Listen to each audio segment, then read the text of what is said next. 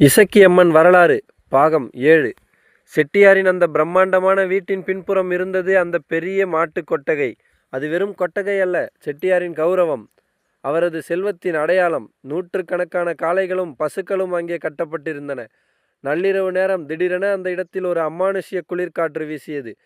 அதுவரை அமைதியாக அசை போட்டு கொண்டிருந்த வாயில்லா ஜீவன்கள் கண்ணுக்கு தெரியாத எதையோ பார்த்து மிரளத் தொடங்கின.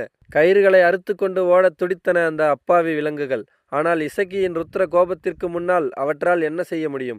உன் பணத்திமிர்தானே உன்னை இப்படி ஆட்டம் போட வைக்குது. முதலில் அந்த திமிரை அடக்குகிறேன் என்று இசக்கி முடிவெடுத்தாள்.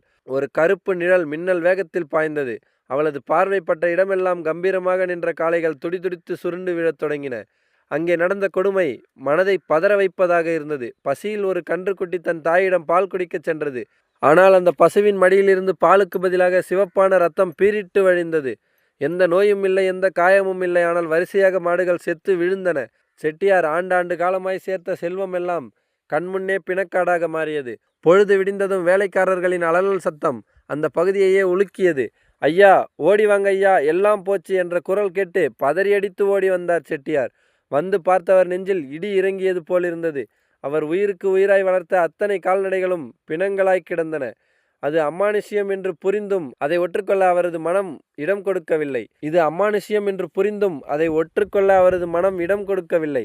நடுக்கத்தை மறைத்து கொண்டு, இது ஏதோ கொள்ளை நோய், என்கிட்ட பணம் இருக்கு, இன்னும் 1000 மாடுகள் வாங்குவேன், இதை அப்புறப்படுத்துங்கடா என்று கத்தினான். ஆனால் அழிவு இப்போதான் வாசப்படியை தாண்டி வீட்டுக்குள் நுழையப் போகிறது என்று அவருக்கு தெரியவில்லை. மாடுகள் போனது வெறும் ஆரம்பம்தான். கொட்டகையை முடித்துவிட்டு அந்த பழிவாங்கும் சக்தி இப்போ அரண்மனையை போன்ற அந்த வீட்டுக்குள் நுழைய தொடங்கியது. சமையல் அறையில் பால் பாத்திரம் தானாக உருண்டது. குழந்தையின் அழுகுரல் கேட்டது. இசக்கியின் அடுத்த குறி செட்டியாரின் குடும்பம். செல்வத்தை அழித்த இசக்கி அடுத்து அழிக்கப் போவது செட்டியாரின் வம்சத்தையா?